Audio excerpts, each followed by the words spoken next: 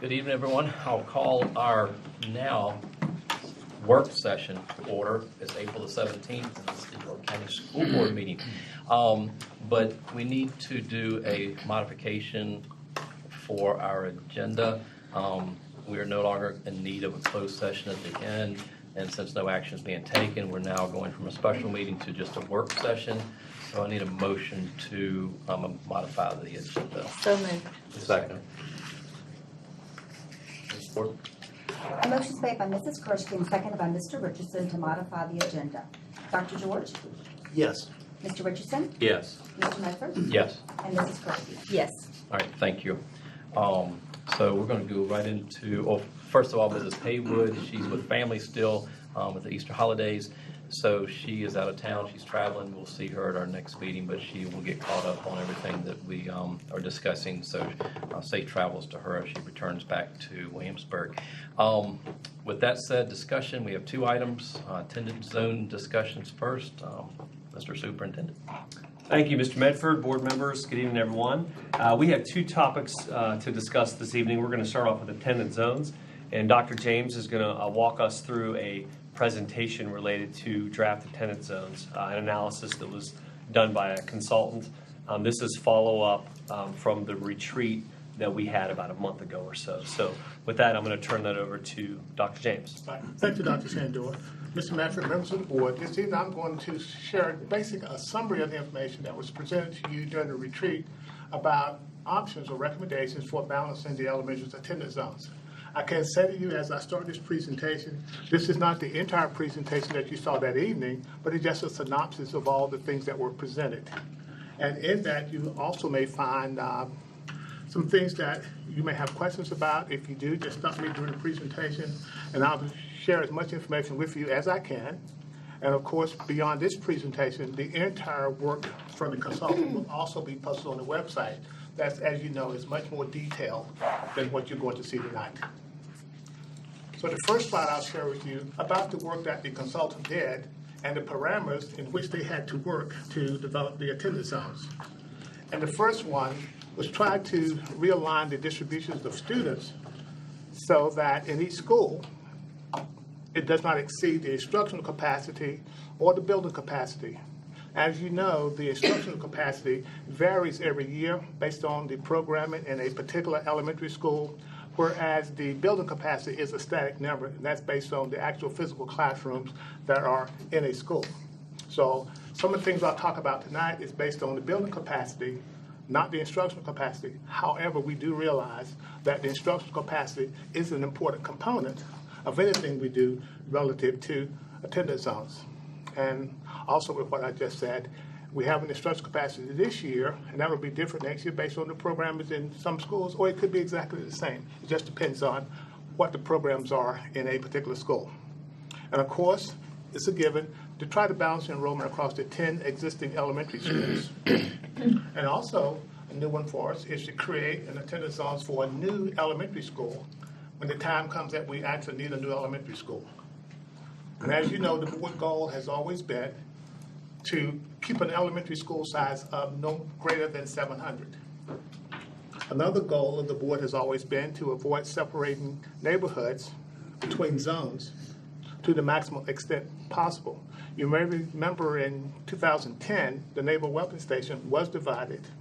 So students from that area, that neighborhood, attend Magruder Elementary and also Yorktown Elementary, because at that time, Yorktown Elementary had additional capacity because it just had a 10 classroom addition. Also, any options we have, we need to consider the proximity of students to a particular school. We don't want the travel distance to be greater than it has to be to make sure we can balance these zones. Also, avoid significant changes to the socioeconomic profile of each school to the extent possible. And another important thing for us, important to the board as well, is the feeder pattern. Try not to split an elementary school when it moves to a middle school to the extent possible. As you know now, we do have some elementary schools that are split because of where the neighborhoods are and where the secondary or the middle schools are located. Also, since I shared that piece of information, for all of our schools, once you reach the middle school, you will attend the corresponding high school. those zones are intact. They are the same. So whenever you see any of our zones for secondary school, you'll see one map because that's inclusive. That will take care of all of the secondary schools.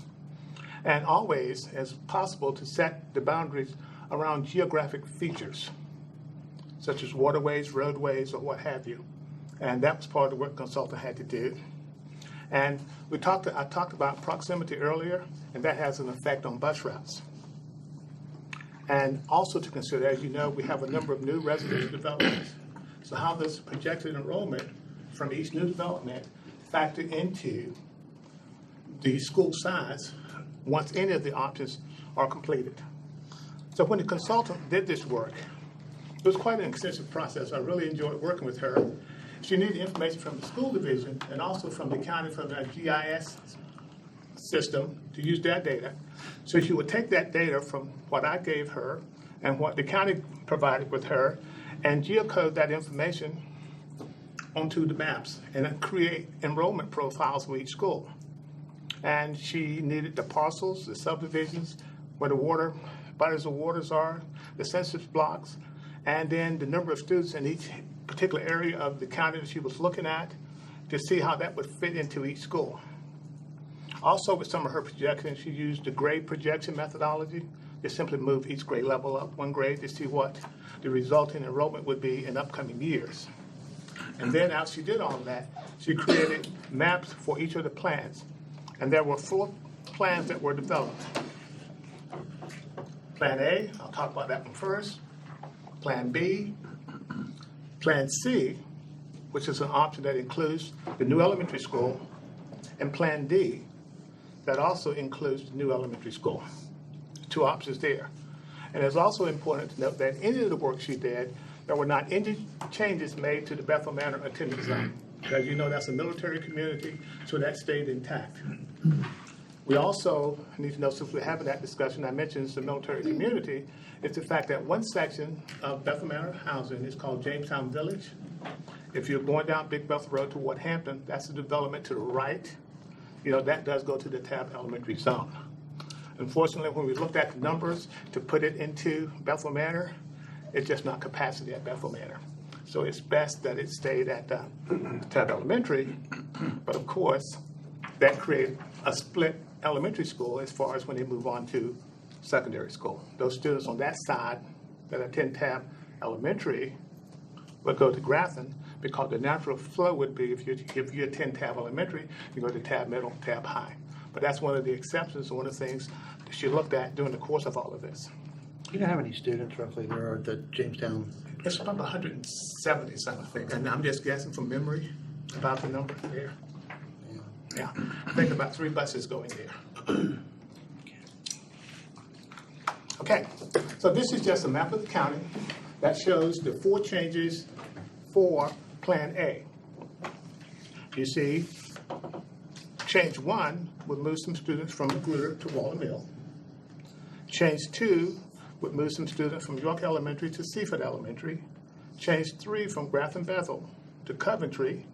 And change 4 from Coventry to Tabb Elementary.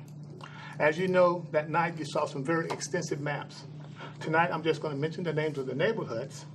And of course, the full presentation with all of the maps will be posted on the division website. So, this slide shows change 1 and change 2. It shows the neighborhoods affected by the recommendations in Plan A.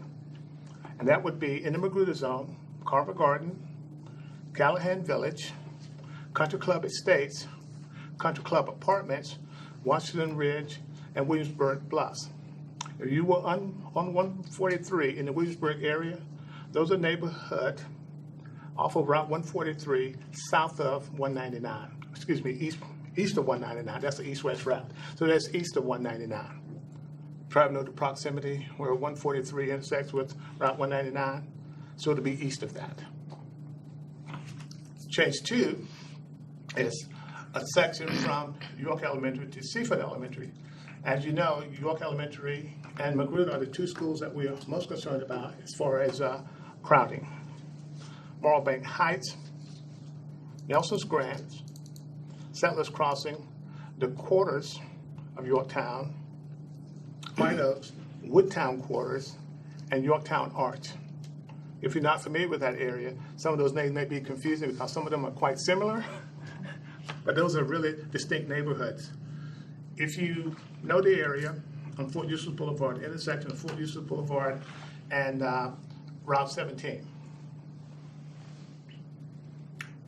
Fort Eustis Boulevard from Route 17 towards Fort Eustis, we know where Bojangles is located.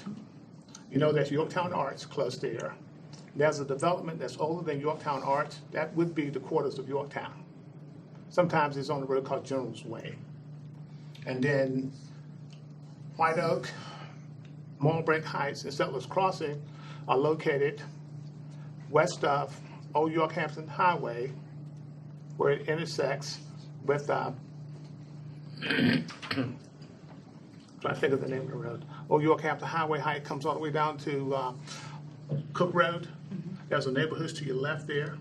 So those are the neighborhoods there. And it goes all the way to Harrod Lane in the areas that we're talking about here. So those are areas that in Plan A that are affected by these particular changes. The other ones would be a section from Grafton Bethel to Coventry. Grafton Bethel is another school that we're concerned about because you know the projections for the new developments in the Grafton Bethel zone, particularly Commonwealth Green and the Commonwealth of York, with the number of students projected from there and the impact they would have on Grafton Bethel. A long time ago, I'm told by someone in the central office that Bird Lane, Kane Terrace, and York Manor, originally, when Coventry opened, they were zoned for Coventry. But as Coventry grew, then they were zoned for Grafton Bethel because Grafton Bethel at the time was under enrollment. So we know Commonwealth Green and Commonwealth of York. They are located there behind the Kiln Creek Shopping Center. Sometimes I'll refer to people, well, you know where the theaters are located. You know that road that goes all the way back. The apartments are there. I can tell you they've not started work on the live above or the condominiums. The apartments are fully complete. So that area then would be moved to Coventry because if you look at the trend, Coventry has lower enrollment now than it did in past years before this area was moved from Coventry to Grafton Bethel. It's complete. Do we know how many rentals have been, or how many people live in there? Is it like 50% occupied or 75% occupied? That I don't know, but I can tell you, we expected 75 students. Given the fact that the live aboves, the section to your left when you first enter that complex, no one lives there because they haven't built anything yet. We have 20 to 30 students from Commonwealth Green now, but we expected 75. So it'd be interesting to see how that pans out. And then if you're moving students from Grafton Bethel to Coventry, is it important to move students from Coventry to another school? And Change 4 does that. It moves the Gables to Tab Elementary. If you notice along 134, from Big Bethel Road all the way to the Hampton line, the schools, the elementary schools, you will have Mount Vernon on 134 with Belmont Apartments. You would have Bethel Manor, because part of that housing development is right on 134. Then you go across past Shady Banks. You would have the Gables, which is now Coventry, and also Pines of York is Coventry. Pines of York is Tab Elementary, and Four Seasons are Tab Elementary. So you have 4 elementary schools along 134. So this would kind of change that, what we call the checkerboard patterns of elementary schools along 134. Can you Yes, go sir. over that again? So you're starting from the Hampton line coming this way, Either on way, 134. Yeah, starting in Hampton Line, All going right, towards Big so Bethel Road. you got Ponzi York and Four Seasons. They're both Tab Elementary. Yes, All right, the next one would be Bethel Manor. the Gables. Gables. The Gables, okay. Well, it depends on which entrance you're, okay, the Gables. Right. And that right now is It's Coventry. Yes. All right, and keep going. After that, what else is, Bethel Manor, okay, which There's to we're Bethel saying Manor. is Tab, right. But the Tab, the one section of it's going to Tab Elementary, Jamestown. yeah, but that's on Big Bethel Road, I'm Okay, still on all right. 134. So as you go down, all right, then we're just, I guess we've got The Belmont Apartments. Tab, Belmont, which is Coventry, and then Tab That's Lakes, Mount Vernon. Coventry. Okay, all right, so really the only thing you're doing is taking the One. one furthest and bringing it over, so Right. really, Bethel Manor is sort of the demarcation there, or excuse me, Bethel Road, Big Bethel Road. Big Bethel Road. Okay. Right. I've never been on the board for 10 years, worked on that road for 18, and I still can't get that straight in my mind. They're all over the place. So it'd be nice to have them all uniform at some point, but I guess that's one move towards that, so. That's just one step in that direction. We still would have some more work to do All right, thank you. to take them all out, but we just don't have the capacity where the schools are located there. Any questions about Plan A? Plan B is similar to Plan A, how there are 5 changes here, and it moves kids differently to elementary schools. And you may see the first one is in Green to Waller Mill, a different neighborhood. And you can see by the map, it was make this change, make that neighborhood more contiguous than what we saw in that one. You see how the colors have now changed. I'll go back now to the first slide for Plan B. And then from York Elementary to Seaford, it's going to be a larger area. Rathrum Bethel to Coventry, that's going to be the same. Coventry to Tab is going to be a change. And then there's a proposal to move some students from there to Seaford. Are we ready to continue? Okay, this change now for Waller Mill, from Magruder to Waller Mill, Creekside Landing, Queens Lake, and Royal Grant. These are the neighborhoods. When you pass the Parkway, if you're on Harbert Lane, you left Magruder, you're going to Queens Lake, you're on Harbert Lane. As soon as you pass the interstate, the Parkway, then you'll see Royal Grant's going to be to your left. Queens Lake, as you know, that's a huge neighborhood from Lake's Head all the way to the water there. And then Creekside Landing is going to be the neighborhood that's just to the rear of Queens Lake Middle School.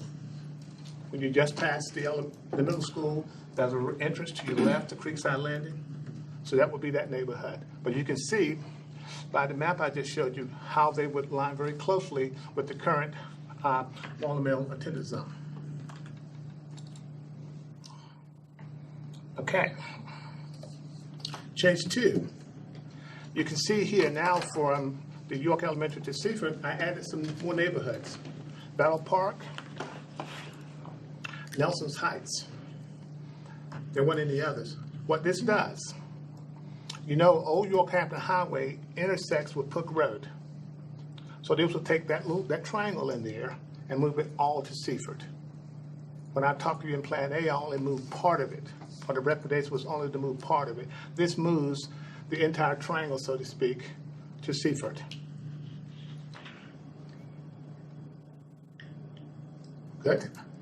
That's a lot of information. Well, exactly, and I think when people dive into the details, they'll see, more specifically why some of these recommendations have been brought to the table. Seaford Elementary School. Yes. Obviously, the residents of Seaford, the people that live out around that school, they'll ask the same question that some of the parents at Yorktown are asking. Right, Yorktown's crowded, it's full, it's there, it needs some relief. But are we going to move a problem from one location to another with Seaford, because there is a little bit of growth going on down in that area. So talk just a little bit about them looking at some of the development in Seaford, the trend, how things are moving along, and where Seaford's capacity is now. Right. By any of the models that we looked at, there's enough capacity at Seaford. You spoke of some growth currently, and there's one neighborhood in the Seaford area. Yeah, all the way down. Yeah, and I think there are 2 homes that are under construction now. One may be almost complete the last time I was there to take a look at that. But that's some time out. But with those homes, the estimate of students is not that great from that particular neighborhood where it impacts Seaford. But part of all of this, these are just options. We really need to take some time to look at the details, get community involvement in this process before a plan is actually approved. If you ask me for my recommendation now, is to get more involvement, really take all of this information, including all of the 60-some slides that are in this presentation, to fully discuss that before any decision is made by the board. I'm just give a brief overview of some of the work of the consultant, so the community can be informed as we work throughout this process. And I'll share a timeline later with you about how to best unfold all this information to come to the option that's going to best meet the needs of all of us. So we're just in the very preliminary stages now. Right, exactly. Change 3, that's still the same as I talked to you about from Grafton Bethel to Coventry. Change 4 is the same, but the next change is to move 2 neighborhoods that are off Wolf Trap Road. They're currently in the Seaford zone, is to move those neighborhoods they're currently in the Dare zone, to move those neighborhoods to Seaford. Not many students there, but that will give some relief to Dare. Plan C would include the new elementary school. Thanks, Dr. Guy. As you can see here, there are 6 proposed changes, and I'll just quickly go through some of those. It's going to be the same neighborhoods I've talked about, but it move differently, perhaps each school based on a particular plan. So the first one, Magruder to the new neighborhood. You saw some of those neighborhoods earlier in Plans A and Plan B. But to move those neighborhoods to the new school when it's built, which is going to be a decision point for us, is how many times do we need to move students? I think that's my biggest concern. Mine too. Right. So how can we look at the data, look at what we have now, and then make the best decision, as I said earlier, for all schools, for all students, for all families that's going to be involved in this move. You can see a new one that appears in change 1 is going to be the South Pod property. They're at the Marquee. To actually, then it would be naturally go to the new elementary school. And you might want to say there's another new neighborhood in the Magruder zone that's not on this slide. It could be an option, Whitaker's Mill, to actually place it in the new elementary school. That's another option, another change that we could look at once we get to that particular point. And then change 2, the Naval Weapons Station. You remember earlier I talked about we had split the Naval Weapons Station in 2010. This would now, under this proposal, that's a part of what we decided to do, that would have the Naval Weapons Station intact going to a particular elementary school and not 2 elementary schools. And then change 3 was to YES to Seaford, and suggest a few neighborhoods there that could be moved. We've discussed those many times. Are those 3 neighborhoods there, are they the same in every plan that they would move to Seaford? Those No. 3 neighborhoods, It- Nelson's Grant, Yorktown Arch, and Yorktown Crescent, all Right. 3 of those would move to Seaford in all plans? Yes. But see, one thing you could do in any of these plans, choose part of one plan as well as part of another plan when you finally decide this is what we're going to do. Because none of these plans are exclusive. As we work with the community, we can change them any way we need to change them to have the impact that we need on our schools. But by doing, right, yes, we can always modify any of the plans based on input we get from the community, and other recommendations may come from staff or changes that just happen to start happening in our communities with development and stuff. But the consultant that came in and did all the research, to come up with 4 Options. possibilities here. In my mind, we paid money for them to do what we asked them to do, and that is bring us some options that are available. So that makes sense to look at every single nook and cranny of every little detail, which is what they've done. I mean, yes, we can modify, but then when you start changing things, then does that disturb their study, their work, to a point where then what do we use them for to start with? Kind of thing. So, not a question really to answer, just something, just what I'm thinking, Yeah. because they invest a lot of time and energy to come up with what they have. Yeah, because I mean, this is a comprehensive analysis of It is. all of our elementary zones. Right, I think right. what Dr. James is sharing is, as we start the process with the community and we start moving forward, there may be a tweak here or a tweak there that you may be able to make. Again, we have 16 or 17 neighborhoods coming online. It can impact some of this as we move forward. So, but I don't, again, we have to let the process play itself out, but we certainly wouldn't want to, we had the study done for a reason, go against the study completely, but certainly we would want to leave it open to making some modifications. Tweaks. Yes, small switches. Tweaks. And change 5 and 6, we have discussed those already. Plan D, there are 6 changes, but the only difference between Plan C and Plan D would be change number 2. And that's the one I'm talking about. And change number 2, quite an extensive list. There are several small neighborhoods in the York Elementary attendance zone, and those would be along Route 238, all the way to Newport News line. They're very small neighborhoods, but they're, part of this Plan D would be to move all of those neighborhoods to the new school. And that would also help to reduce capacity at Yorktown Elementary. A concern there, of course, would be distance. But they're not that far from the Naval Weapons Station, but in totality, some of them could increase the distance all the way to the new school. And the reason this is there as a proposal is because of Rose Hill. It's going to be a pretty huge development at the end of Baptist Road that's in the works, but it's no decision has been made. I don't see anything happening there yet. But by the time we get to the new elementary school, we very well may need to take that into consideration.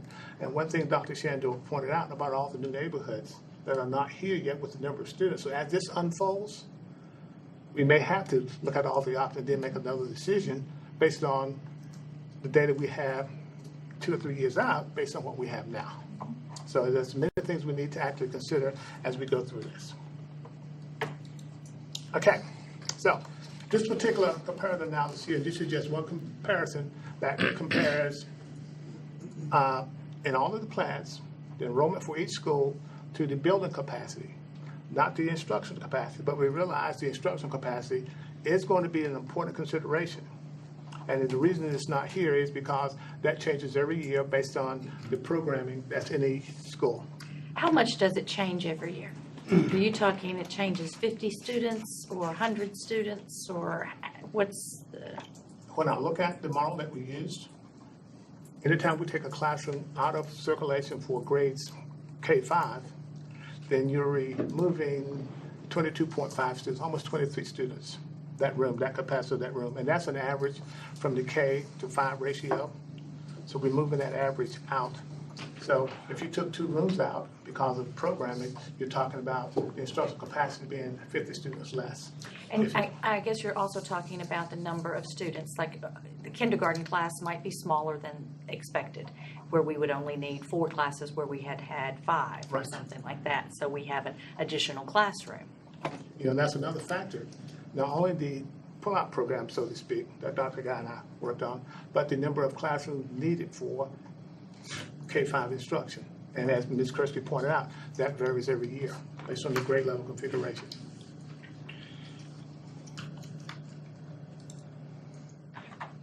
Now, this one chart shows the number of students that would be affected in each one of the changes for each of the plans.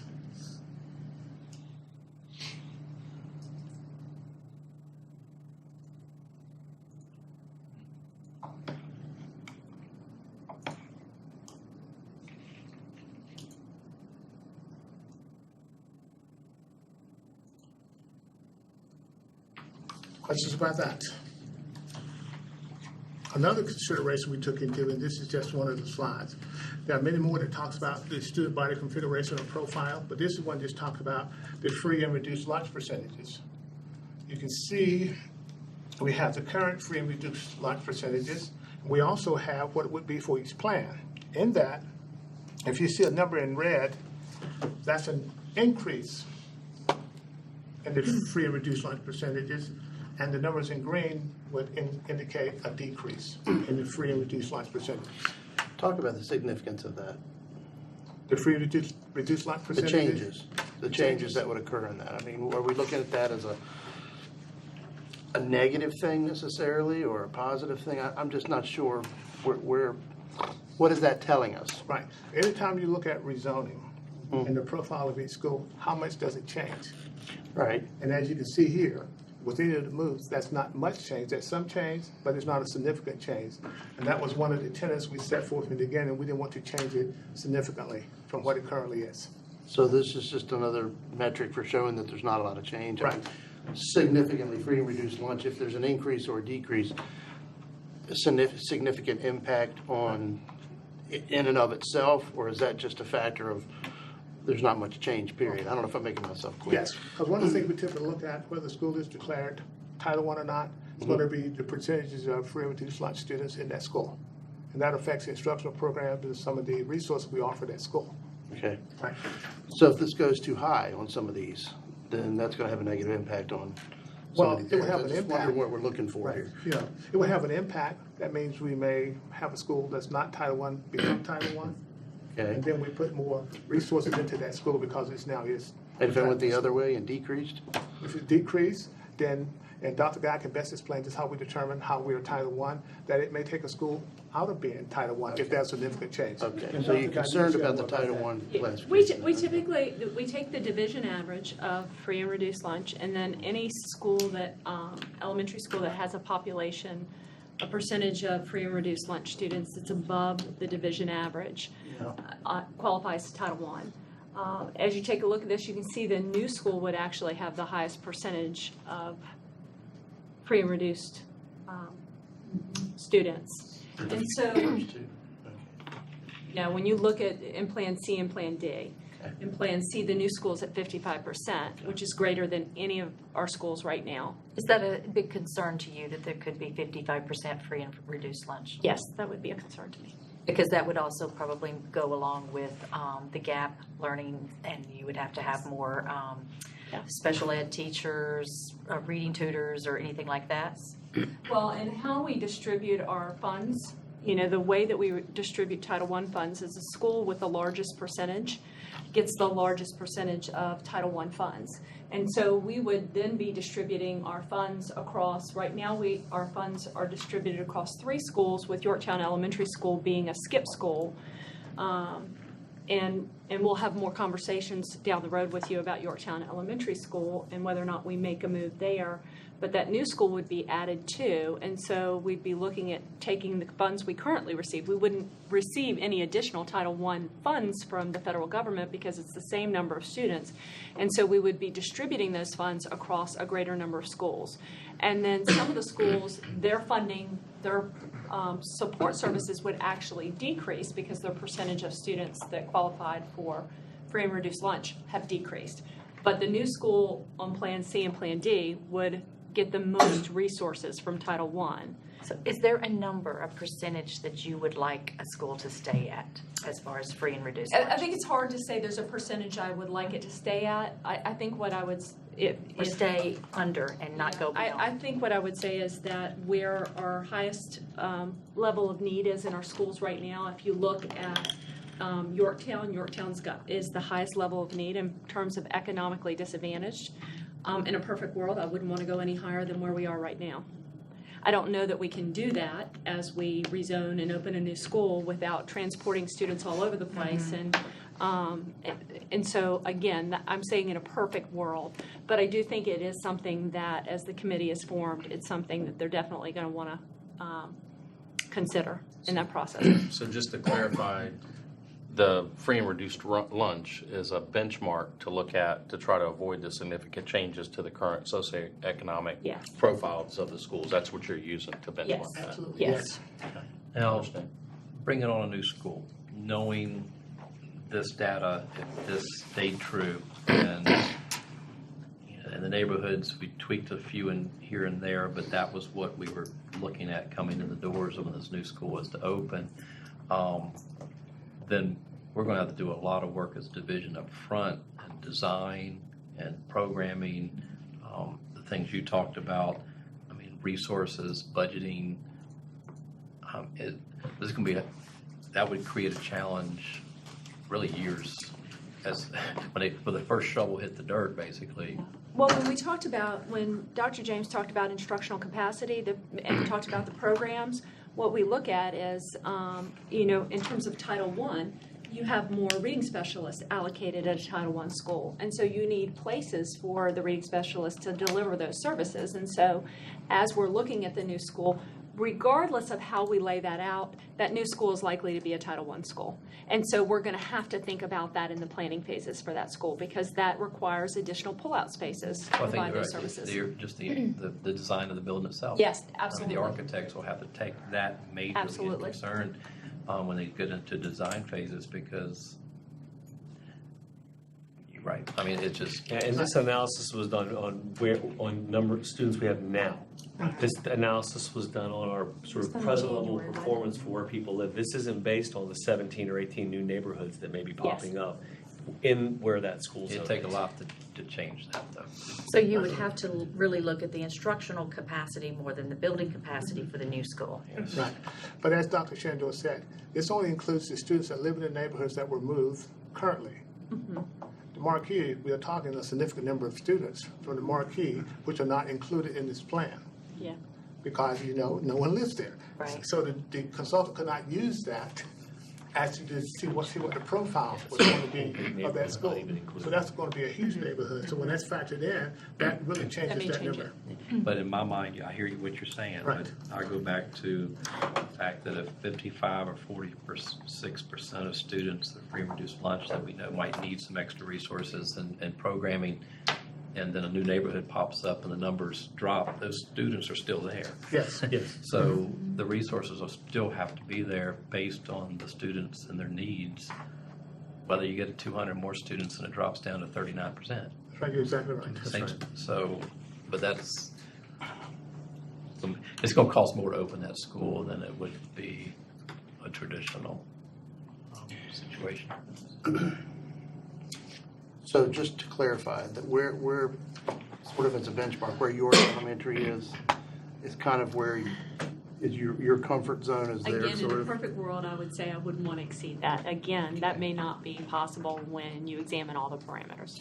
I think it's important to know that because we're looking at everything. Some things are going to put us above that and some aren't, so. And this is new information that we got based off the last meeting, so this was an Okay. extra piece of information that we Won't hold it to requested. Yeah, well, it's good information. All I right. think it's, one thing that I think we can pride ourselves on as a division is the programs that y'all do put in place to service the students that have the needs, so they can be successful. So it's, But I think it would be short-sighted of us in any school that we built, not to build the capacity for the needs that we know exist in schools today. but knowing it ahead of time can Yes, really absolutely. pay off. Okay, so I guess the question is, where do we go from here? Yes. That's the question. It's a very good question. Okay, at this point, of course, we've talked about this before. The board has two options. You can direct Dr. Shandor to submit a recommendation to you about what's the best way to resolve the elementary attendance zones, hold a public forum, and then bring the recommendation to you. That's one option. And the other option would be to direct the superintendent, as the words say, and this is directly from policy, to convene an advisory committee to review the attendance zones boundaries and recommend any necessary that would be deemed appropriate. And then following that, the superintendent would then submit to you recommendations based from that committee for the approval of new attendance zones. Would there be public input on either option? Well, the public input on number one is just attend a forum, here's the information, here's what we plan to do. You may remember we used that last year when we moved the neighborhood. Yeah, it wasn't a series of committee meetings with representatives from across the division, and this would take a committee from across the division because the number of schools impacted. As we say, Beth Manor is the only one that didn't receive any changes, but the other 9 at some point in time, or even the new schools, will be considered. And one of the difficulties as we chatted about this or talked about this, is for a new school, who's your neighborhood? It's not defined yet, but how to get representation to help to craft that attendance zones as well as all the others. So there'd be a series of stakeholder meetings to get input before a recommendation is brought back to the board for approval. And then there will still be a chance for public hearing before the board at the regular work session before the approval is going to be requested from the school board. So this evening, you're looking for us to give you a staff, to give y'all a nod on what option we want y'all moving forward with. Yes, that would be helpful. Yes. And if an advisory committee is appointed, they're not rewriting the book. They're just going through the information that the contractors provided us, and they might see a tweak here and there, but they're not rewriting everything or researching everything. They're going by your notebook of information. Right, and have them really delve into all of this information to help them make a more informed decision. Because you know from that night, there's more information here than we're talking about tonight. And our staff recommendation, my recommendation would be option 2. It's important to get community input and walk them through all of this information. You know, there's a lot of challenges when it comes to when you consider rezoning for a number of different reasons. But to make sure that we have the information now, we have a thorough analysis that was completed by an outside consultant. So my recommendation would be that we engage a community, and I think Carl has a timeline as well, once we sort of get past this point. You mean have an advisory committee Yes. made up of the community members? That's the one that I lean forward because I think this is going to create such a change for someone if they're already living in a neighborhood and they have to be moved, especially if they have to be moved once before the new school and then again after the new school is constructed. So I really think that you have to have buy-in and acceptance from the community, and I would advise option 2. Everybody else okay? Do we on need that? a motion? I'm Not a motion, just a nod. Because I'm good with option Consensus 2. would be great. Yeah. I'm gonna go a little different route, just food for thought. Sometimes I think maybe we get too many cooks in the kitchen perhaps, and I'm just wondering, we've had a lot of people looking at this, and this is just thought, I'm just thinking, the people that we paid to do this, is that as far as they're gonna go with this? No. They'll be part of the community engagement process, because if we tweak something, then you need to run the data profiles again. And another thing, this is based on enrollment this year. We Yeah. need to keep in the back of our minds, the picture's going to change in every school next year. How does that play into all of this, and how we look at that? I guess there's so much information, I'm wondering, you know, an advisory committee, I'd be interested in knowing, like, who would be on that? How are you gonna get them this wealth of information so that they can start back and just, and I also wonder, Cindy, I'm asking for suggestions, but if somebody is impacted more in one area than the other, I mean, there's gonna be somebody impacted in every one of these, so we're gonna make sure we have somebody that's Right. negatively impacted or dramatically impacted, I should say, for every one of these options, correct? So everybody has an equal, Right. And that's going to be our challenge, to come up with a truly representative committee. That's not too large as you caution us to keep in mind, but to truly make it representative from all of the schools, with all the stakeholders, so we can get representation before we make that final decision. And the other thing that we need to also think about is the timing of all of this. Because if you make some of these moves now, you bring in a new school, you change it again. Is that something we want to do? So there are many pieces of this that we really need to delve into as we make the final decision. Well, and some parts of the county are definitely more affected through this than other parts. The southern part of our districts are not as affected much at through all. this as Mark, Barbara's, and Jimmy's. And like in my case, Especially you know, Mark and Barbara. right, and this is the part, and you're right, you know, committee's recommendation route, option 2, makes the most sense. But at the same time, like in my district with Yorktown Elementary School, and then Barbara's with Magruder, but especially Yorktown, what they're dealing with now, you know, it's they're feeling it. I don't think I'm gonna get a lot of pushback from the neighborhoods that are being offered to be, you know, up for an option to move to, or being, you know, zoned to Seaford. I don't think I'll get a lot. I mean, I could, but I think that I understand the process in which we need to follow to get us to that point, with the public involved in that conversation and that final decision. But at the same time, when you roll a timeline here in a minute, we can't do something. I mean, we've run out of time. I mean, at this point, for something this coming for the next school year. So that brings us to having plenty of time to plan, but it doesn't deal with the issues that we have at Magruder and Yorktown Elementary School today.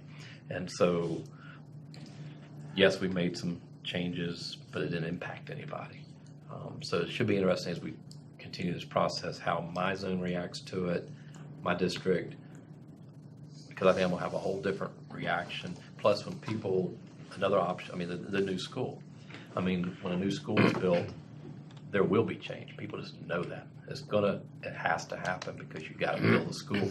And so, not everybody's gonna be happy with the decision that the board finally makes, but a new school's opening at some point. I guess looking at this, when I would think about an advisory committee, you know, you want to have representation from someone from every school, but there's not a huge change at Coventry, Grafton Bethel, Mount Vernon, and Tab Elementary. So I can't see having 4 members from each of those schools, whereas you would need that from Magruder, Yorktown Elementary, Seaford. I think you have, as you go through the process of selecting an advisory committee, you've got to be really strategic on who gets on that committee. So I think Dr. James recognizes the fact that at Yorktown and a few of the other places that Cindy just talked about, it's important that if there's however many parents are involved from Yorktown, it can't just be 4 parents who are not going to be impacted by it. Right. Let's not have 4, It can't be the PTA president, it's going to have to be somebody Well, more from the community that's affected. It should be a balanced group. You have 2 or 3 that are going to be impacted by the move, who are going to be moving, and then 2 or 3 who may not be. So I think there has to be equal voice on a advisory committee. I think it too, I'd love to find out how we design, how we're going to continue to communicate the information to the general population itself. Because you got 4 people from my district, from each school, and 3 from your elementary schools, and that little small committee comes together. They're going to make some recommendations that could change the way we may tweak a few things. But at the end of the day, it's that communication out to the entire body of the community that's going to be impacted, which is basically 9 of our 10 elementary schools. And sure enough, I just know somebody's going to say, well, I didn't know anything about it.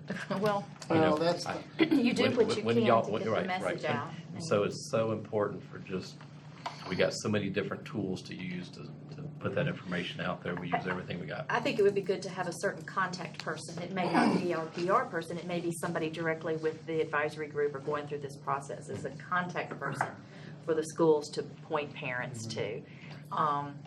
I think the question for me, the question ought to be, and I'm fine either way, but the question is, what is an advisory from a community participation standpoint? Number one, even option 1, you've got 1 or 2 public forums, correct? Under option 1, we're going to get all that feedback and make any possible changes that we would need to. So you have that piece there built in, correct? Correct. Okay.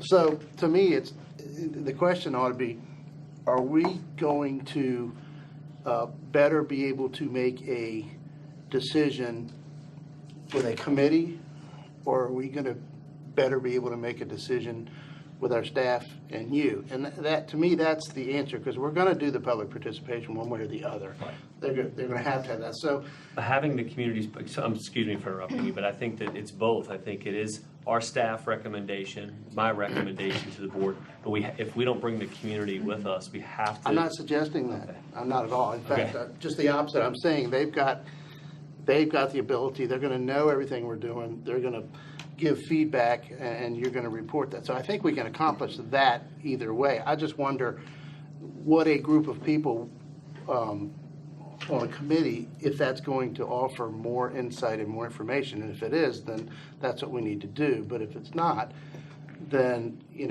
we've got a lot of information. I'm sorry. Go ahead. I would hope that it would offer us more information because, what I see an advisory committee going through the retreat like we did when we received all of the information that Dr. James has. And then they would be going out in the public as well as, ambassadors on this committee, talking about it and helping publicize the rezoning issue. So you could decrease the number of families that said, I don't know anything about it. That's With the advisory That's committee? exactly what I was going to say. I think with the advisory committee, we put it out there more for the community and the public to limit those chances of someone coming and go, hey, I didn't know we were going to be rezoning, because we're probably going to have that. But with the advisory committee, I think that gets it out to our community a little bit. That's just an extra step to get it out a little bit more. But I'm with you.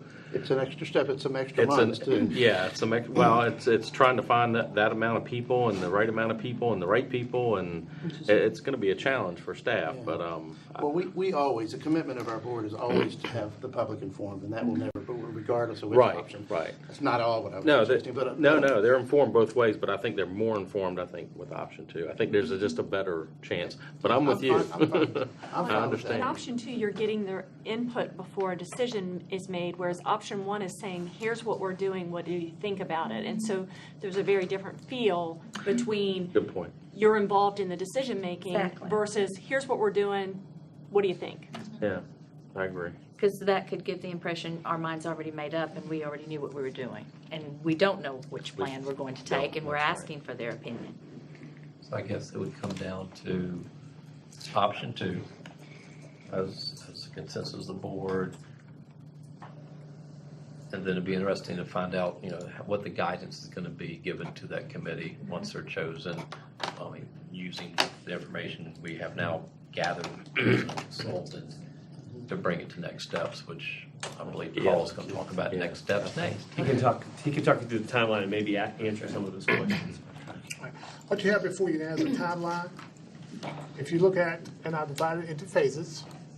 Phase 1 has already been accomplished. As you know, we put this out in August, didn't get anyone to propose on it, put it out again. Then we got someone to propose on it, and then we went through the process of starting to work with that consultant. You can see in phase 2, the data review and plan development, all the things I talked about the information that we sent to them, and the number of web exercises that we had with the consultant, where she had all that information into a system, and we could discuss it with her and say, what about this, what about that? And as soon as she would move another community, it would change the numbers in the affected elementary schools. So it was real-time reconfiguration of the numbers every time we wanted to do a particular change. So again, you see on March 15th, we had the first discussion with the board about this during a retreat. And of course, we're working on next steps now about what we need to do. And that date should be April 17th. Today is the 17th, not the 15th. Okay, and the next part is the part that we've just been talking about how we engage the stakeholders. Is that attendance balancing committee? Is that the one we were just talking about? The ABC committee. ABC, I like that. You already got it on there. ABC. Why do we even discuss it? But this is a draft for your consideration. In case we agree to it. Draft is there. They're on top of things, Robbie, in Yes, case they we are. agreed to that. Boy, they are. That's good. And you can see, you can see how this would play out if we're going with option 2. We're using the ABC committee, so to speak. I like that. Yeah, and part of this is going to be the initial committee meeting, background information, reviewing current attendance zones, and then give a brief overview of plans A, B, C, and D. And then the second meeting would be a detailed review of that, so they fully understand and start the feedback from the committee. Now that they've got more information, they fully digested what all the changes are and the possible impacts to each school, and then work through a series of committee meetings to come forward with some recommendations. This is just tentative. We may need 5 meetings to actually get to a point where we have solid recommendations for the board to consider.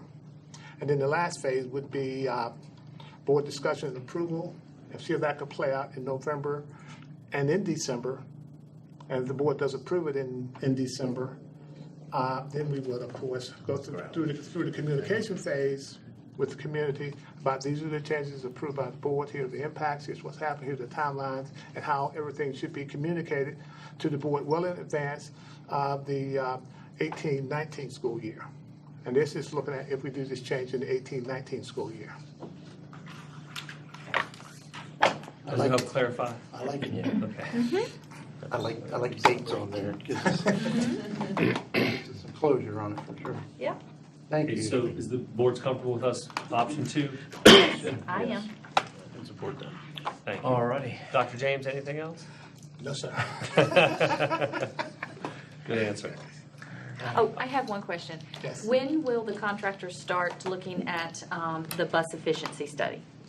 That is complete. Okay, I planned this week, and I've talked to Mr. Lash about it today, for Mr. Lash and his staff and I to review it this week.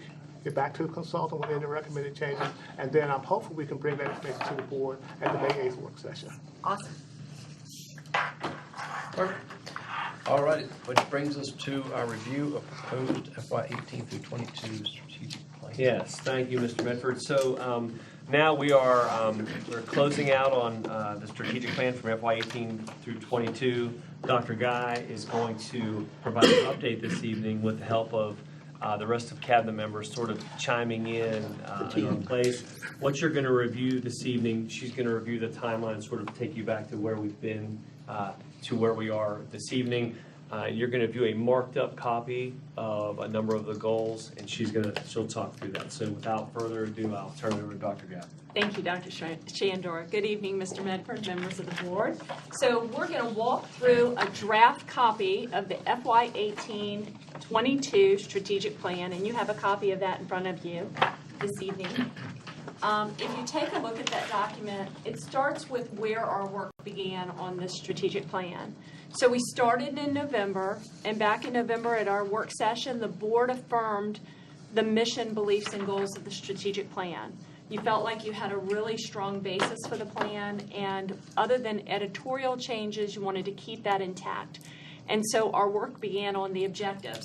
In December and January, we collected stakeholder feedback, and you can see the various groups from central office staff, principals, assistant principals, teachers, and parents.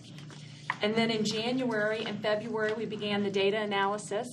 We utilized our principals, our teachers, and our central office staff to do that data analysis. In February, central office staff got into developing the draft objectives.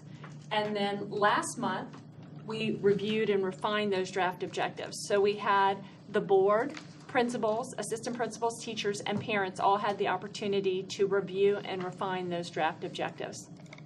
So that brings us to tonight, where we are sharing that draft review with you all. And I'll talk a little bit more about the next steps once we get through this plan. So this is a marked up version, so I'd like to take a minute to go through the key before we get started. If you see something that is in blue with a strike through, that means that the text or language that was there has been subsumed or included in another objective. It could be in the objective itself, or we may include it in the strategies that are utilized to help us achieve that objective. Red underline means it's new text or new language. Red strike through means we completely eliminated that language or text. We're also using some highlights because all the objectives you're going to see tonight, except for red underline, were objectives that you saw in March that we had developed for the FY 18-22 strategic plan. But we've highlighted green to help you think in terms of the current strategic plan and the new strategic plan. So if it's highlighted, if it's got a green highlight, it means that it's new to the strategic plan. It's not in our current strategic plan.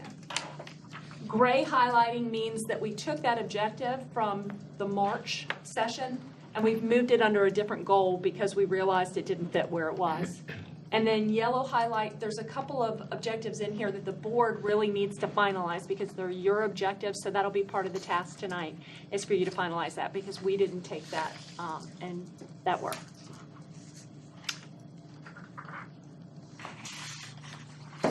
Just do it this way. All right, so at the very beginning, you're going to take a look and you're going to see the mission statement. And there's only one change, that's an editorial change. The mission of the York County School Division is to engage all students in acquiring the skills and knowledge needed to make productive contributions in the world. That change is simply editorial in nature. If you take the word skills out and you said to engage all students in learning the knowledge needed to make productive contributions in the world, we don't learn knowledge, we acquire knowledge. So that's why we've made that change. The goals themselves have not changed, nor have the belief statements. So let's move into goal 1. I do want to share with you as we go through these objectives tonight, we won't address the objectives that have not changed at all since our March meeting, and unless you have specific questions about those, we'll just talk about the ones that have been changed. So as we take a look under Goal 1, it says York County students will consistently demonstrate growth and excellence in the skills and knowledge needed to be productive citizens. So if you look at Objective 2 and Objective 3, you'll notice that those have been struck. And that's because they will be included as strategies under Objective 4. So 90% of all third grade students will be reading at or above grade level as measured by the Standards of Learning Grade 3 Reading, Research, and Literature Assessment. For our students to be successful at grade 3, we need to be doing the work in kindergarten with concept of word and in first and second grade with PALS. And so those will become strategies within Objective 4. As you take a look, you're going to see the next several objectives are highlighted in green. That means they weren't in our previous strategic plan. Objective 5, the only change that we've made to that is we've taken out the 2 and put an X there for percentage points. And based on the feedback we received and also looking at the fact that last year was the first year that we had all of our students, all of our 10th grade students take the PSAT, we don't want to base the percentage growth on 1 year's piece of data. So we want to have the data from this coming fall as well, because then we'll have 2 pieces of data and we can more accurately assess what the growth should be. When we look at Objective 6 and Objective 7, the only changes that we made there is we changed the wording for eligible for to participating in, and that was based on feedback that we received from our stakeholders. Objective 8, we took out 2016 because we thought that might be confusing for people if they didn't know the frame of reference that the state used when they updated the standards. They might look at, why are we using 2016 VDOE math standards when we're in FY 18 to 22? When we took a look at Objective 9 and looked at the feedback from our stakeholders, we recognized that we did not want to limit this one to English. So the new reading would be, by FY22, revise current YCSD K-12 curriculum guides to support the VDOE standards of learning as well as core components of the PSAT and SAT to address word study and vocabulary. The feedback we received said that they felt like word study and vocabulary was extremely important. They wanted to see consistency across the division, and they also recognized that it doesn't just fall within the English curriculum. The reason we struck through the framework and scope and sequence is because it's going to vary. The changes in the curriculum guide, for example, in English, it may be the complete framework and scope and sequence. But in science and social studies, it may be more limited in terms of the changes we make to the curriculum guides. And then last but not least, under Goal 1, you see a brand new objective, and this one says, by FY22, YCSD will develop and implement a continuum of digital competencies that will be integrated into grade level curriculum. This is a new objective because one of the activities we did is we asked what's missing. And every group told us technology integration was something that we had gotten from our stakeholders back in January, but we didn't have an objective to address it. So this is one of we have actually 2 objectives, but this is one of the 2. So that we can determine that as students finish certain grade levels, what are the expectations that we have in terms of the skill set that they have with regard to technology. Do y'all have any questions with Goal 1 before I move to Goal 2? Looks good. Thank you. All right, so Goal 2, the York County School Division will engage all students in rigorous educational experiences. So as we look at Objective 1, we struck through the word develop and we added and assess. And so what has happened here is some of the questions we got were, is it going to be up to the teachers solely to develop those authentic learning experiences? And so the teachers still have the opportunity to develop them, but as a division, we may also support that process of developing those assessments. As a region, we have been working together in Region 2 to develop performance-based assessments that we can share between the regions. The assessment piece was added because a lot of the feedback we got, you'll notice Objective 2, we've struck that one and added it to Objective 1 because they made the recommendation that we combine those 2 objectives. As we scroll down, you'll see that Objective 5 and Objective 6, we've struck both of those, but we've actually created a new one that combines what is in both of those. So the new one says by FY22, develop an appropriate measure of workplace readiness skills for middle and high school students that accurately reflects demonstration and mastery of these competencies. The reason we made this change based on the feedback was the feedback for Objective 5. A lot of our feedback was that we already had a lot of seals that went on the diploma, and so they were concerned about adding yet another seal on that diploma. And many of the stakeholders liked Objective 6. They liked the grade, but they raised questions about how you would do that at the secondary level when a student has 7 different teachers. So who would give the grade for workplace readiness, and how would they assess that? So the new objective actually allows us some time to develop that measure and determine what is an appropriate measure and get feedback from our staff members at the secondary level. When you go down to Objective 9, you'll see that we've actually said that we're going to subsume that as a strategy under Objective 8. So Objective 8 is by FY22. All YCSD students will complete an internship, mentorship, or job shadowing experience prior to graduation. So developing apprenticeship opportunities with local businesses is a strategy, or could be a strategy under that. Objective 10, we are combining with Objective 11, and again, that was based on feedback from our stakeholders. So Objective 11 now says, by FY22, all schools will provide career awareness and exploration opportunities for students in designated grades at the elementary, middle, and high school level. That provides a little bit more flexibility for our schools, because right now we have some elementary schools that do career fairs. And so they were concerned that we were going to have them do an activity quarterly when they already have well-established programs. And so this will allow a little more flexibilities within the schools. Objective 12, we've made some changes to. You'll see originally we said develop a path for community experts to sponsor clubs, and that will still be a strategy within this, but it's really about increasing the number of clubs at the elementary and middle school levels to increase exposure and interest in high demand fields such as robotics, engineering, cybersecurity, etc. Just this past month you had Grafton Bethel share their Lego club, and that's a great experience for our students, and so that's really what this objective is built around. I have a question about that, because I know numerous people who would like to help start a club at a high school, and the principals have said, oh, you have to have a staff member do that, and we don't have a staff member who wants to do that. So they've been turned down.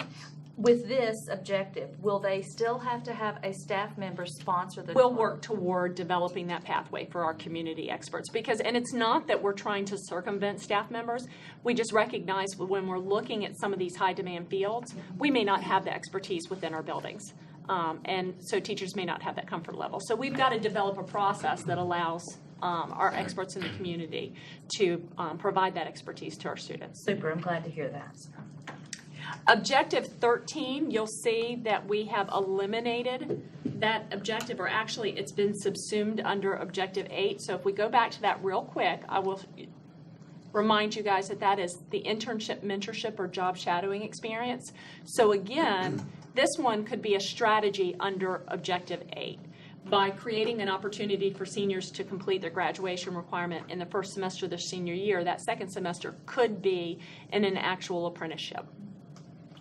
Objective 14, we have eliminated that one. It was to utilize the biennial book review process to increase the number of selections that broaden students' social and cultural awareness. The feedback from our stakeholders did not support that. They actually shared, aren't we doing that already, or can't we do that through the process without making this an objective in the strategic plan? And we can make that part of the biennial book review process without incorporating it as a plan in this, as an objective in the strategic plan. And then last but not least, under Goal 2, we actually removed Objective 16, which was by FY22, division staff will explore the addition of a high school credit-bearing course at the middle school level. Again, this was not supported by our stakeholder groups. Many of them raised concerns that we were already putting enough pressure on our middle school students. Others indicated, can't we do this through the program of studies as appropriate? And we can. So it's not that we're saying we're not going to do this, we could do this through the program of studies. It does not have to be an objective in the strategic plan. So a student could take this as a virtual class? No, what we're saying is ultimately a program of studies committee could make the recommendation or Okay. decision that the board then approves the courses, that we could add one of these courses at the middle school level if we felt like it was appropriate to add that.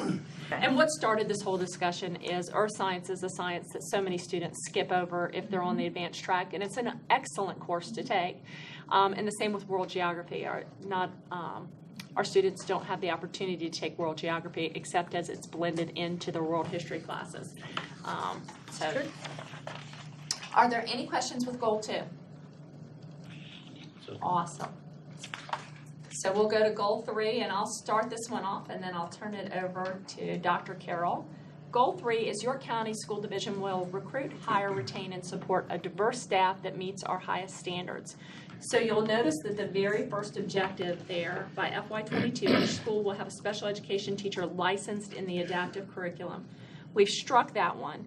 And so if I go back for just a minute to goal 2, you're going to notice in goal 2, objective 15, we listed a program evaluation of our current service delivery model for students with disabilities will be conducted by the end of the 2018-19 school year. Approved recommendations will be implemented in subsequent years. So the feedback that we received is, why would we make the decision to have special education teachers licensed in the adaptive curriculum before we've done a program evaluation? Let the program evaluation drive the decisions that we make with regard to staffing. And so that has been struck. And so now I'm going to turn it over to Dr. Carroll, Thank you, Dr. Guy. and I'll scroll for you. Okay, so objective 3 in the current plan was really very strategy laden, and so the rationale for wording changes in this objective are to emphasize using data-driven strategies such as evaluating our efforts by measuring return on investment and keeping up with changes in recruitment, such as the recent increase in online virtual job fairs. We have no suggested changes to objective 4. And with objective 5, we've settled in on objective 5A to give us a chance to further study the non-licensed market and to select appropriate benchmarks for the non-licensed employee group. And you'll see that we have no suggestions, or no changes, I'm sorry, to objectives 6 or 7. And then with 8, we went with 8A. There was a lot of feedback from stakeholders about relying so heavily on the exit surveys that we currently report out on, and why we weren't paying attention to or surveying current employees. So this wording includes administration of annual working conditions surveys, creation of a standardized resignation form that could still capture some of that information that we gather from the exit survey and still provide for exit interviews, all of which can be used as a basis for targeted improvement plans to improve working conditions for all of our employees. And at this point, I'll turn it over to Dr. Shandor. Thank you, Dr. Carroll. So the next one, objective 9 and objective 9A, Dr. James will get to that in goal 4 in a few minutes. Objective 10, by 2019, the superintendent will establish a standard operating procedure to provide all employee groups opportunities for involvement and feedback in division practices and procedures. As you know, I have a principal advisory committee, I have a teacher advisory committee, and last week I met with a non-licensed advisory committee. So we're going to make that a goal to create that SOP because I can't stress the importance of feedback from staff members. So those face-to-face meetings, staff members provide me a lot of critical information. You know, we use surveys as well to collect information, but having a standard operating procedure to sort of hold ourselves accountable for having those focus or those advisory committees is important. Well, let me ask this question. Are there any more questions with goal 3? Can I ask one question about the surveys under objective 8A? Would those be anonymous? Because I know a lot of teachers would be nervous about providing feedback with their name attached in fear of retaliation at the school level if it was a complaint. Yes, in fact, we just launched one this year, which is new, out of the new teacher center. And we collected answers from 93% of our licensed staff, and it's completely anonymous. Super, thank you. Okay, so goal 4, the York County School Division will foster effective partnerships with families in our community and promote positive relationships between among staff, students, and families. And I believe, Dr. James, you have the first objective. Yes, Dr. Shandor. As you can see, the first objective really talks about having a school-level family engagement plan based on parent and student input in the school improvement plan. And we felt that is important, not only to have this as a division objective, but also have it as a school-based objective. And this is what this particular one does. So in these SIP plans, or the school improvement plans, there will be strategies for engaging parents and students based on feedback from Love it. students and parents. Okay, then objective 2 under this one is by 2020, we will develop cultural learning opportunities that will prepare students to engage with the diverse populations in our local and global community. And when you think about this particular plan, those opportunities, those activities will provide students the opportunity to acquire the skills that they're going to need to be able to engage with, interact with diverse populations as we move forward in our local, but not only our local, but with the global community. You can see where we're going with all the technology and how important that one is going to be. As you can see, objectives 3 and 3A have now been taken out, but there's another one, objective 3A, you can see it on your sheet here, about behavior, discipline, and protocols.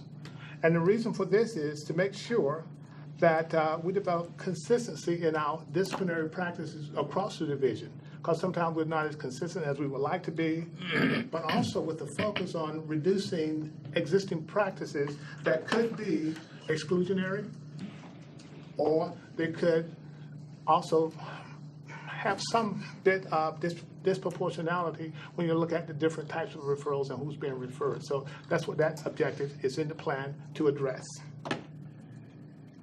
I think I have objective Yes, 4. Dr. Shandor? So this next goal is establishing and maintaining a business and civic community roundtable to establish mutual goals and opportunities. You heard Dr. Guy talk earlier about internships, mentorships, and job shadowing opportunities. And when we look at the profile of the graduate, thinking about the workplace readiness skills, having students engage with their community, the civic responsibilities, as well as career exploration, those are some things that we really want to engage our business and civic community. So looking forward to creating that roundtable. And then the next goal 5 and objective 5A are 2 goals for the board. So I'll let Mr. Medford But, facilitate this part of Right, it. and that's fine, because we know what we've had as an objective. So we've had some discussion, but we were so tied up in everything else, we didn't really focus in on what we wanted this to say. 5A basically says school board members will implement continuous community engagement practices based on existing and emerging research through targeted and intentional interaction with students, staff, parents, and community members. I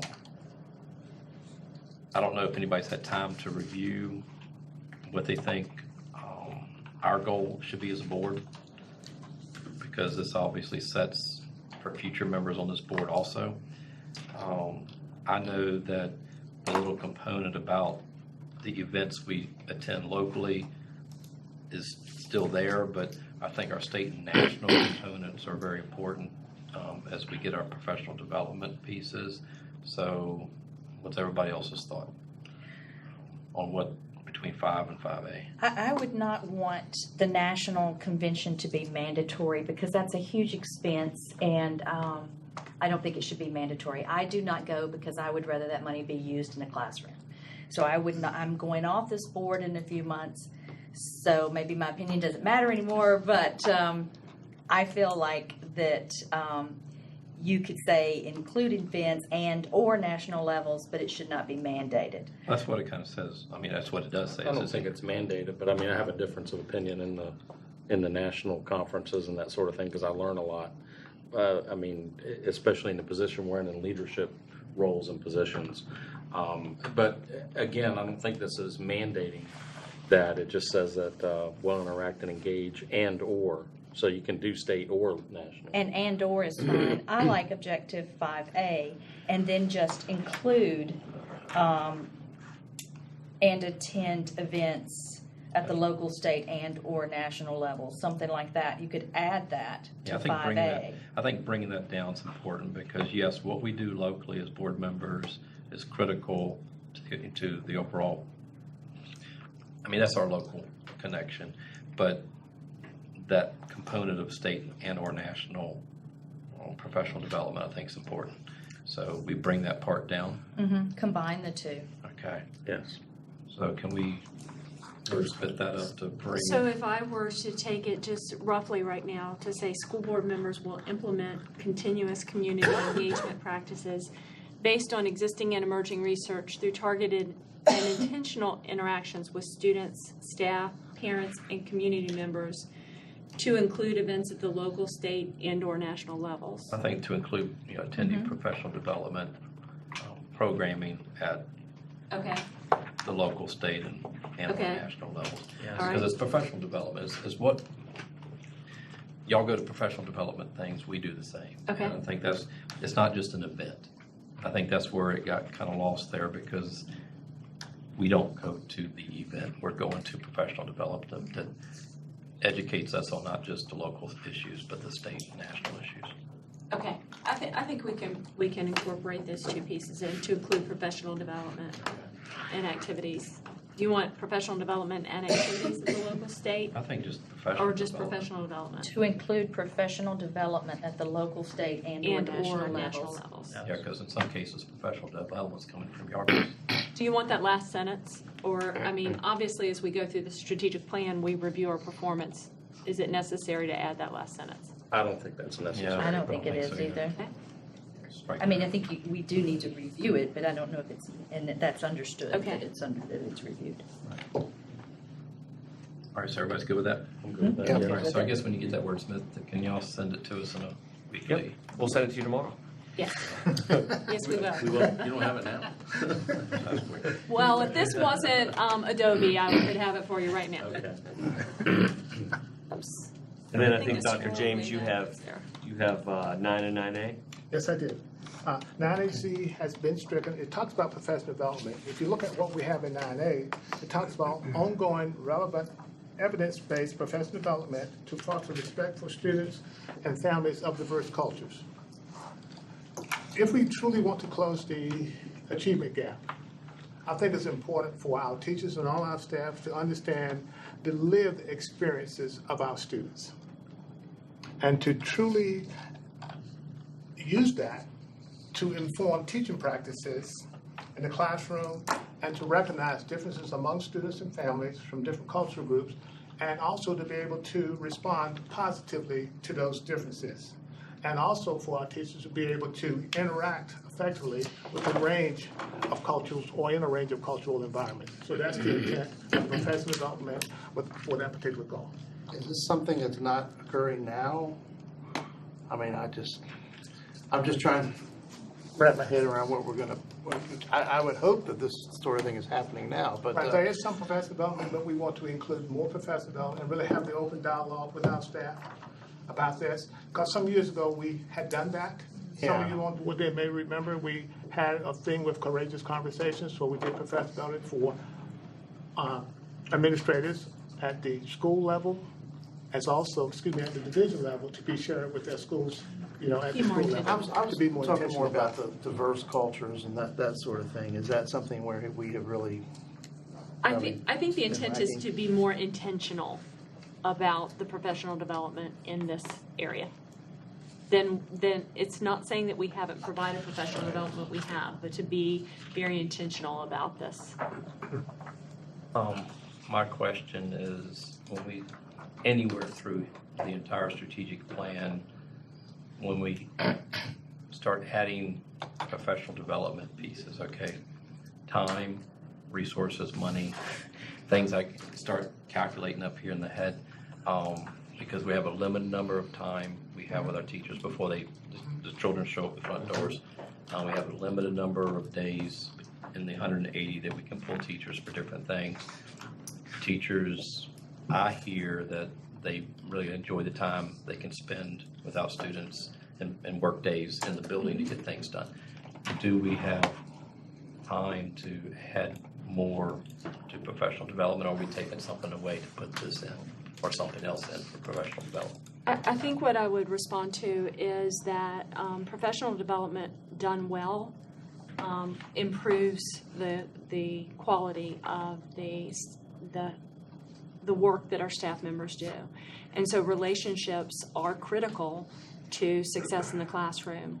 And so part of what all of this goal is about is addressing those relationships. As we looked at the one just a few minutes ago, Dr. James talked about Objective 3/3A, which was focused on reducing disproportionality and exclusionary practices. And so part of that is helping folks to understand cultures that may be very different from the way that I was raised. And we're not even talking about cultures all over the world. We're talking about how we each grow up and what are the norms in my culture versus somebody else that might just live down the street from me. And so I believe it's important. And what I would say is it tough to get in the things that we need to get in and we need to address? Absolutely it is. But you're doing like a redesign in a certain area. Absolutely. Absolutely. Hours that we have Yes. with teachers. And there's multiple ways to provide professional development. And sometimes there are things that you do that are mandatory, and sometimes we offer conference-style professional development where we give people the opportunity to choose among a wide variety of activities. And so, And 9 and 9A were moved from goal 3, which they were under recruit, hire, and retain staff. Now it's more appropriate that they're over fostering relationships. That's more purposeful now. Yes. How it's being done. yes. Any other questions on goal 4? All right, we'll move to goal 5, and I think Dr. Carroll is kicking off goal 5. Right, so goal 5 remains, the York County School Division will maintain efficient, effective, service-oriented operations that support student achievement in safe, secure environments. Objective A was probably the most popular objective to vote on since we had the most alternatives. We need to recognize that there was a lot of feedback from stakeholders that they were overwhelmingly wanting to see reductions in class sizes, some of them as low as 15 to 1 in some elementary grades. The fiscal impact of those suggested ratios would be monumental and cost prohibitive. When you factor in that we are well below the state limits and compare very favorably to our regional neighbors, we chose to keep the class size ratios from the current plan and add language to factor in extra resources for special population impact at the elementary level. For objectives 2 and 3, we had no changes. And with objective 4, we went with 4A, where the staff recommendation is that we continue to raise the bar on our customer satisfaction from our school-based sites. And increase the participation. Yeah. And Dr. James will pick it up from here. Right, goal 5, you can see we added the words evaluate to our procedures for safe and secure environments. We felt it was important not only that we have those strategies or protocols in place, but to also evaluate those. A primary example would be the lockdown drills. Whenever they are done, school staff, division staff, and law enforcement look at everything that happened during that particular drill for areas of improvement. So I think it's important, if we want to get better, is to evaluate what we do, especially when it comes to keeping our schools and our students and staff safe and secure. Okay, objective 6, oh, I'm sorry, yep. No, It's me, right? Objective 6. So this was a goal that was created during the process, and we chose to not include this in the strategic plan. If you look at the last 3 words there, alignment, efficiency, and performance, As the board members know, we have a number of performance measures that we look at through all of our departments. So felt like there wasn't a real need for this goal. And each year, each of the chiefs sitting at the table review their staffing within their own department for possible alignment to increase efficiency. So we didn't feel like the need for a strategic objective was needed under this section. So I think now I turn it over to Dr. Guy, and she's going to close it out. Close it out. So you'll see one more objective that's been added here that addresses the technology integration. It's by FY20. YCSD will evaluate current access to contemporary and effective technology resources in order to support the use of technology in the classroom. You may have remembered from the time we did the activity in March, there were some other areas that folks identified. Volunteer community services was one. However, at some point in time, we've got to look at the number of objectives we have. We have a very big goal with respect to internships, mentorships, and the job shadowing experience. So to add the volunteer community service to that, we felt like would probably be putting too much on students. And right now, we have a lot of service organizations in schools as well as honor societies that require the community service or volunteer requirements with those. And so we did not add that. 12 of our stakeholders identified continuum of services, and we think that they just missed that the program evaluation was really to determine what continuum of services we need in special education. And so we feel like that's been accurately captured. And then once you go down from there, the numbers are much smaller in terms of what was missed. So as we look at our timeline, whoops, and I keep hitting that arrow instead of the mouse. I apologize. So as we look at the timeline, what's next? So tomorrow we plan to share Objective 5 with you all and get your approval with those revisions that we discussed here tonight. And then once we get that information back, we want to get this information out to our community immediately. Rather than giving them the marked up version, which could be very confusing, it will be a clean copy of this is the draft strategic plan with the draft objectives. We'd like to get that posted if we could before close of business tomorrow. I know that puts a tight time frame with reviewing the objective you all gave, because next Monday at our regular school board meeting, there is a public hearing for anybody to provide feedback on the strategic plan. Well, everybody's looking for the email to come in tomorrow morning, just respond all, apply all. Perfect. Thank you. I appreciate it. I know that's a tight turnaround. And we think we'll be able to capture what you guys discussed here so that it shouldn't be too difficult. So we have the opportunity for the community to provide feedback again at the public hearing at our board meeting next Monday. Depending on the feedback that we receive, if the feedback is, if we don't receive much feedback in terms of changes, then what we'll do is you'll see the strategic plan again in May. Pull it down here for you to approve. If we got a lot of feedback next week at our public hearing, then we could actually bring additional information to you at our May work session and get additional input from you prior to taking it to the board for approval in May. So that concludes our presentation this evening, and so any feedback? Good work. Yeah, Yeah, a lot very of good. hard work, and I think it's cleaned up, and I think it's great. I think so too. I think we, yeah, a lot of work. Y'all can breathe now. So, I like the changes. Yeah, a lot of hard work went into this. Not only Dr. Guy, but Catherine Goff and Dr. Cagle, and The whole team. all of the other team members in the room and not in the room, and principals and community members. So, you look at a marked up piece of paper, it looks like a marked up piece of paper, but a lot of blood, sweat, and tears went into creating this document for our kids. if everything works the way it should and in May it's approved, is this still going to be like that living, breathing document as we continue?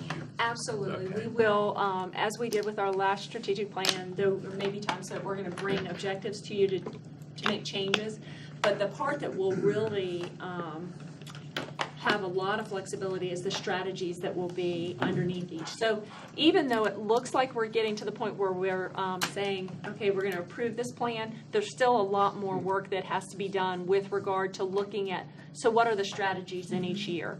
What are the benchmarks in each year? And I shared that with my department Resources today. and Is costs. we've still got a lot of work to do with this when, even after it's approved, because we've got to develop all those pieces that lay underneath. That'll kind of roll us into what, FY 19, I guess it would be, 18, FY 18, when we start discussing that year, we might see some things percolating around. That's right. All right. Thank you. That's the last item we had on the agenda this evening. Does anybody else have anything else to bring up? I don't have Not at all. And we're adjourned. Good night, everyone.